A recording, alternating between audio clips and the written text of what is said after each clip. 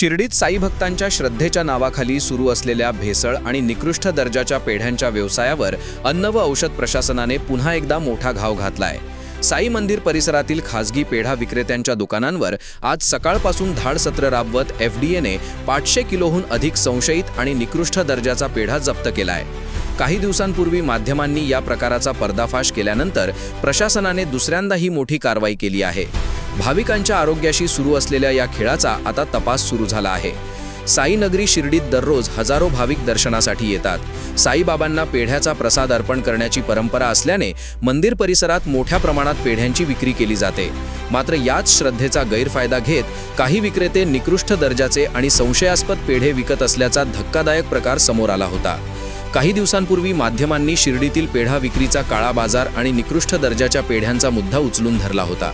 त्यानंतर अन्न व औषध प्रशासनाने कारवाईचे सत्र सुरू केले।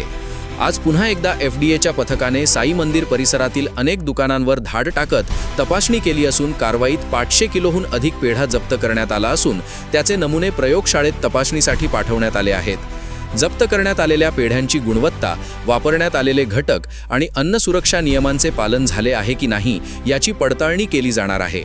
विशेष म्हणजे ही कारवाई केवळ नियमभंग करणाऱ्या विक्रेत्यांपुरती मर्यादित नसून भाविकांच्या आरोग्याशी खेळ करणाऱ्या संपूर्ण साखळीचा शोध घेण्यासाठी प्रशासनाने मोहीम हाती घेतली आहे।